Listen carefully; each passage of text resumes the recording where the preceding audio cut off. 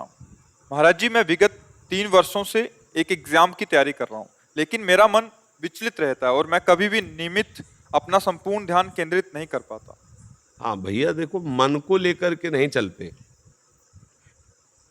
ये मन एक बिगड़ेल बच्चा है। ये बच्चा नहीं, वो कहो गुनगुना में खेल रहा है, कहो कार में खेल रहा है, कहो सब खिलौने फेंक करके मम्मी की गोद में आ रहा है, कभी सोच करके मल में ही खेल रहा है। बच्चा है ना, बिल्कुल बच्चे जैसा बिगड़ेल बच्चा, जिद्दी बच्चा, ये मन है। इसको फुसला के डांट के एक लक्ष्य पे लगाया जाता है।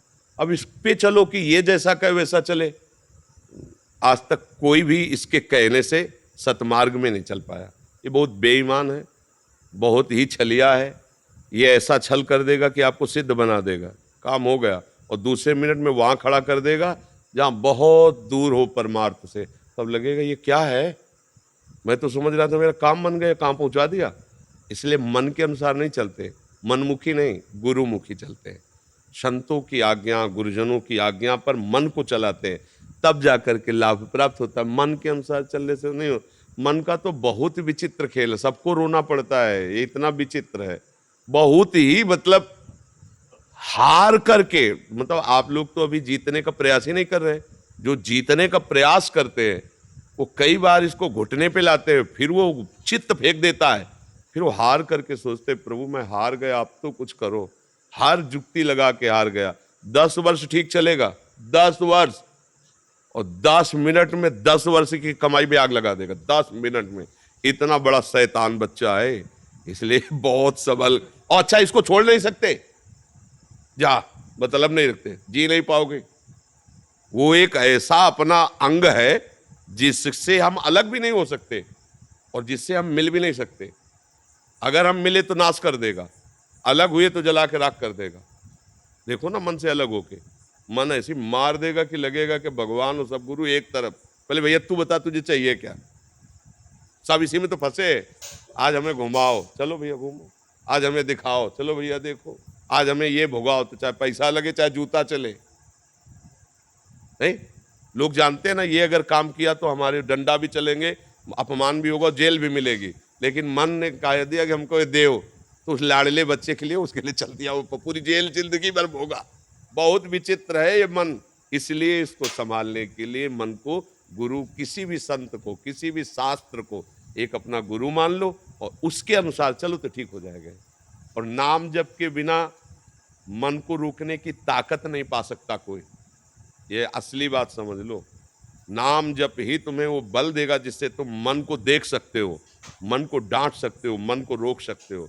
अगर भजन नहीं है तो इतना बड़ा शैतान है, मतलब इसकी तो व्याख्या नहीं की जा सकती।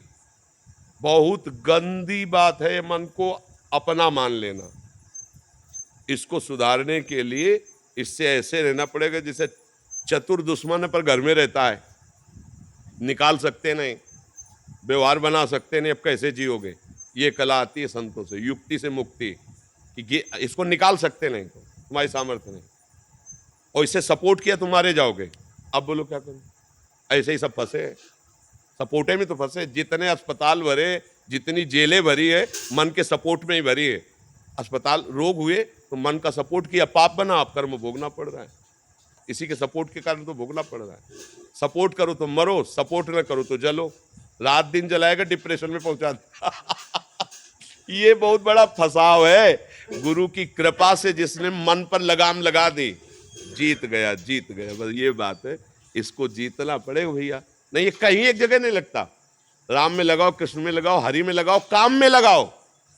हम कह रहे काम में किसी एक जगह अगर हो गया कि कि आज भोग लिया और संतुष्ट हो गया, आप जीवन भर जेल भोगेंगे लेकिन इच्छा नहीं होगी, तो हम कह दें चलो भाई अब ये कभी अशांत नहीं। पर ये बेईमान जिसको चाहता है ये चीज मिल जाए, और जहां मिली और जहां उसको भोगा, तो इसके बाद फिर वहां से कहता है ये नहीं, वो वाली चाहिए। अब इसको क्या करे बताओ, क्या करे। कहीं भी आज तक टिका हो तो बताओ, कहीं भी।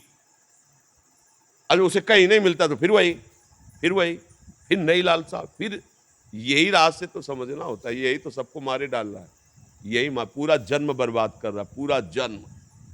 सारा खेल इसी नेता का है। मन नेता है ना इंद्रियों का, सारा खेल वही किया। तभी कहा गया मन मार्या तन बस में कि ना हुआ भरम सब दूर, बाहर से कछ दिखत लाए अंदर चमके अंदर। आपो त्याग जगत में बैठे नहीं किसी से काम, उनमें तो कछ अंतर ना संत कहो चाहे राम। कसौटी कस के जीवन को भगवान में समर्पित करना भैया, त्राहिमाम वही रक्षा करे तब होता है, ले तो धज्जियां उड़ा देता है मन। ऐसे थोड़ी, जो सच्चाई से चलने वाले साधु महात्मा है वो साधकों को क्यों प्यार करते, इसी से कहते भैया तुम्हें प्यार करने वाला इस सृष्टि में कोई नहीं मिलेगा, एक गुरु कृपा ही तुम्हें संभाल सकती है, आगे बढ़ो। कोई नहीं, कोई सपोर्टर नहीं है, कोई सपोर्टर नहीं, कोई शब्द कह दिया, कोई नहीं।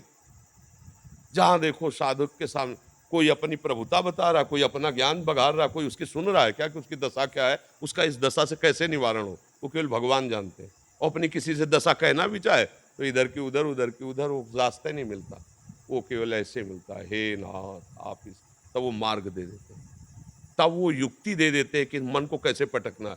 और जहां युक्ति मिली निहाल हो गया, आप आओ गुरु मेहरबान, चेला पहलवान आओ टांग पे चढ़ा के दुबिया पछाड़ मारा, छा चित्त मन गिरा, अब वो आनंद में मगन।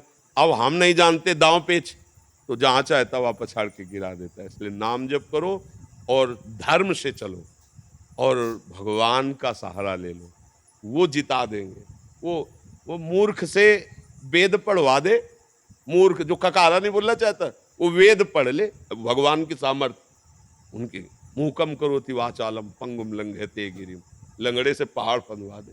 यत कृपा तम हम बंदे परमानंद माधव, भगवान का आश्रय और नाम जप ये सब ठीक कर देगा, कोई कहीं भी हो।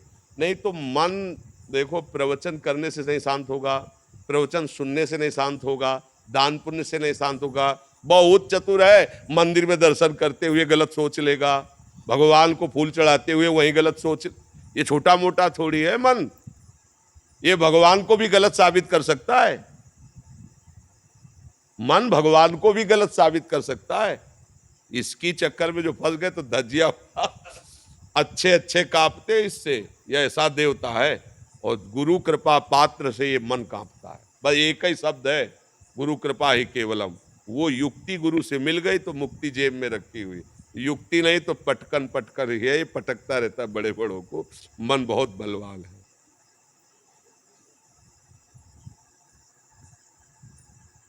आदित्य राज दिल्ली से